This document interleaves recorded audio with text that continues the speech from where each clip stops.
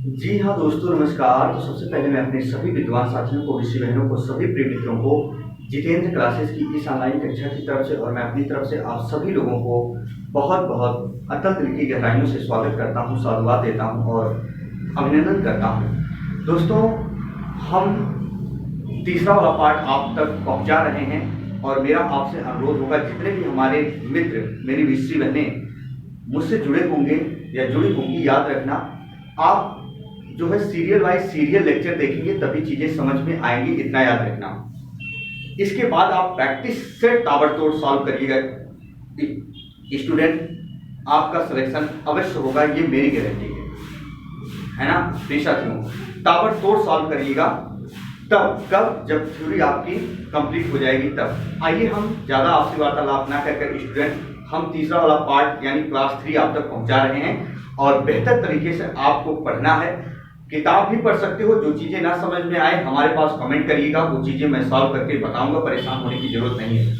तीसरी क्लास में आज हम बात करेंगे वाले हैं दोस्तों, जी हाँ, व्यंजन के बारे में। तीसरी क्लास के बारे में हम बात करेंगे, किसके बारे में? व्यंजन के बारे में। व्यंजन, ये वर्णमाला आपका टॉपिक चल रहा है, याद रखना। व्यंजन के बारे में बात करेंगे। सबसे पहले जो स्वर की सहायता से उच्चारित किए जाते हैं यानी पढ़े जाते हैं, सबसे पहले हम बात करेंगे स्टूडेंट स्पर्शी व्यंजन।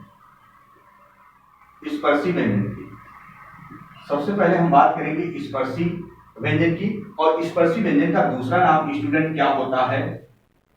वर्गीय व्यंजन। स्पर्शी व्यंजन का दूसरा नाम क्या होता है स्टूडेंट?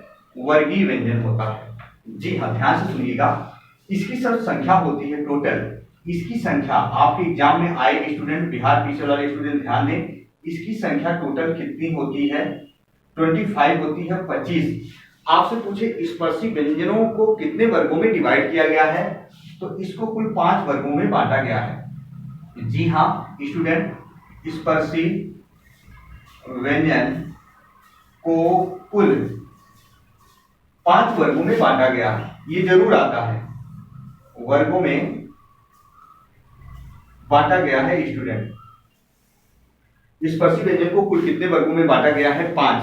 और उस वर्ग का नाम होता है दोस्तों कचटतप। क, च, ट, त और क्या? प। कचटतप वर्ग होता है, इनका नाम होता है कचटतप वर्ग। आइए हम सबसे पहले देखते हैं स्टूडेंट कैसे आप इसको समझोगे। जैसे मैंने लिखा, जो आप बचपन से पढ़ रहे हो, काखा गरबा अंगना, ध्यान से सुना, यहां से कोई भी क्वेश्चन आएगा स्टूडेंट, गलत नहीं करोगे, इतना मेरी गारंटी है। ध्यान सुनो पहले, क, ख, ग, घ और क्या स्टूडेंट? अंगना। ऐसे हम करेंगे च, छ, ज, झ और क्या स्टूडेंट? या। ऐसे लिखेंगे ट, ठ दोस्तों, ड, ढ, ड़। ऐसे लिखेंगे ता, था, दा, धा, ना। ऐसे लिखेंगे पा, हा, बा, भा, मा। ध्यान से सुनो तो स्टूडेंट, मैं फटाफट इसको बताने का प्रयास कर रहा हूं, ज्यादा टाइम नहीं लेना है ना, क्योंकि हिंदी ही नहीं पढ़ना है, सारे सब्जेक्ट पढ़ना है स्टूडेंट। पर जितना बता रहे हैं उतना आपको ध्यान से देखना है। शायद 15 मिनट की क्लास में आपका पूरा तैयार होगा स्टूडेंट। ये का वर्ग है, इसे क्या कहा जाता है? का वर्ग। अब का वर्ग में ये 5 वर्ण आते हैं, का, खा, गा, घा, अंगना। आपने हॉरिजॉन्टल वर्टिकल पढ़ा होगा। ये क्या है लाइक दोस्तों? ये वर्टिकल है, परपेंडिकुलर है, ये हॉरिजॉन्टल है, आपको ऑलरेडी पता है। तो हॉरिजॉन्टल जो ये रेखा है ना, इसमें वर्ग को तय करता है, यानी का वर्ग। इसके बाद क्या आता है? चा वर्ग। इसके बाद क्या आता है दोस्तों? टा वर्ग। और इसके बाद क्या आता है दोस्तों? ता वर्ग। और इसके बाद क्या आता है? पा वर्ग।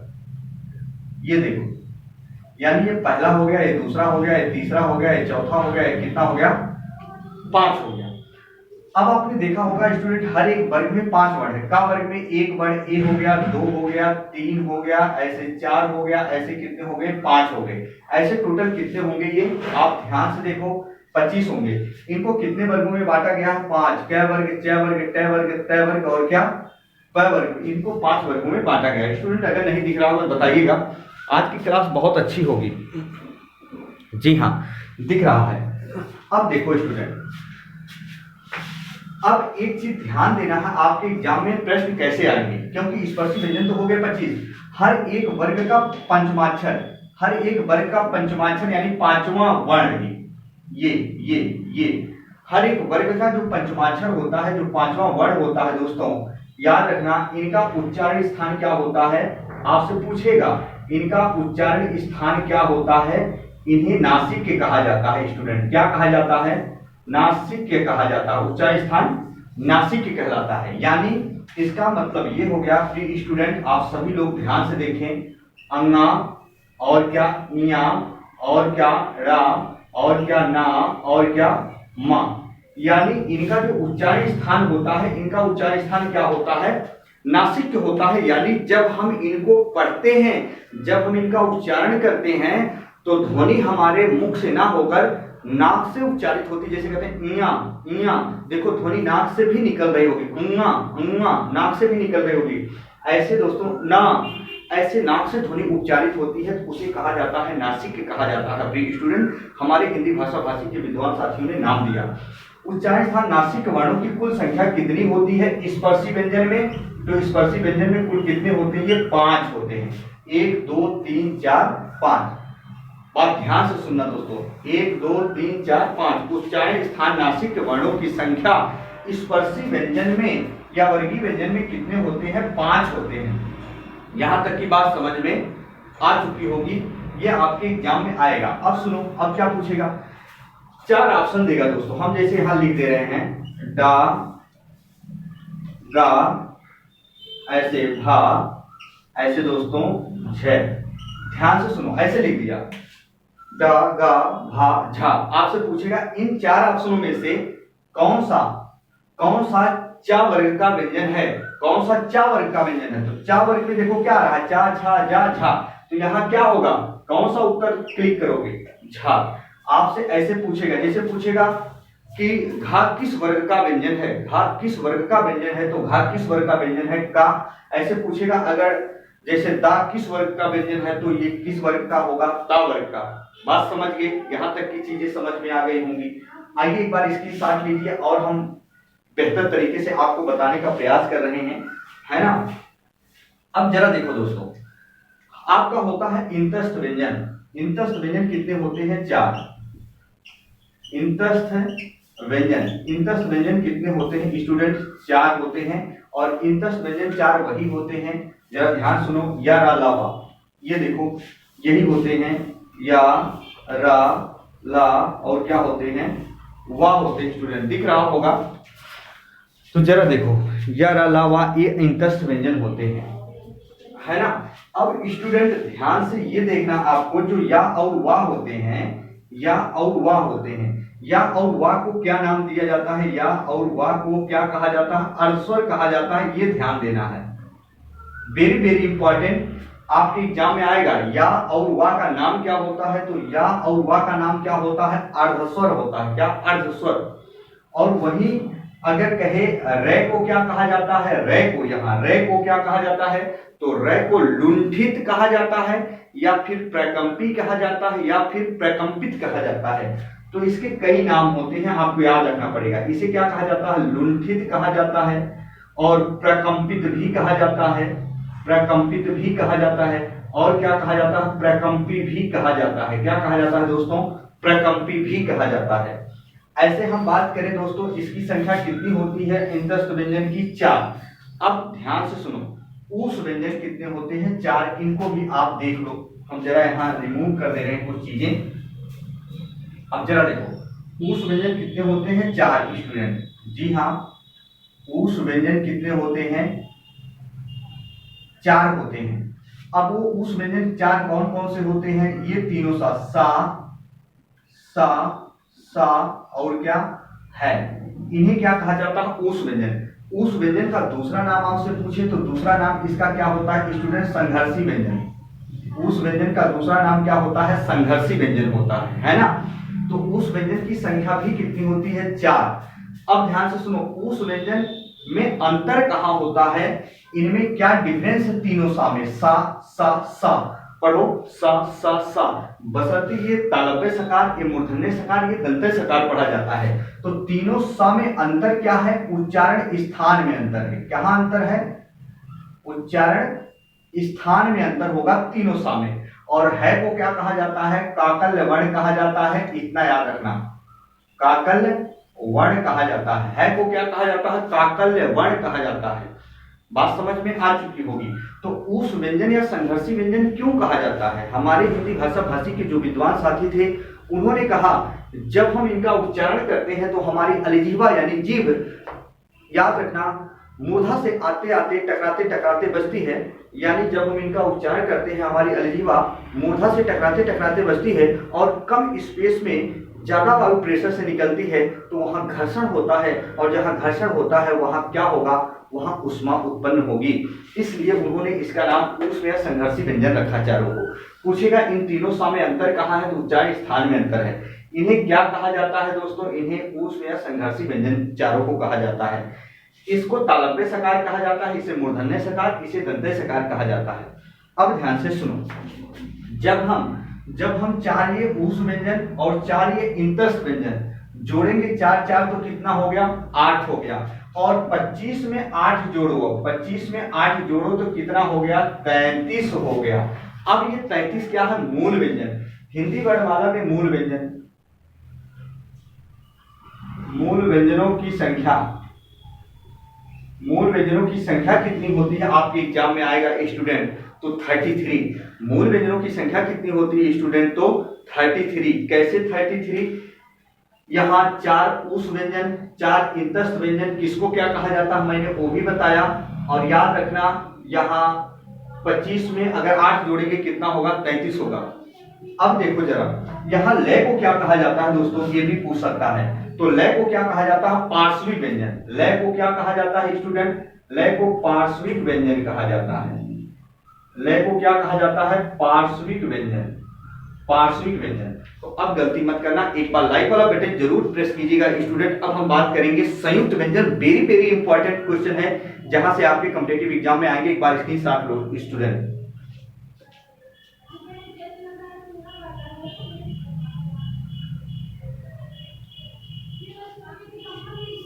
आइए हम बात करेंगे स्टूडेंट अब संयुक्त व्यंजन क्या होते हैं। जी हाँ, अब आपके समझ में ये चीजें आ गई होंगी, है ना?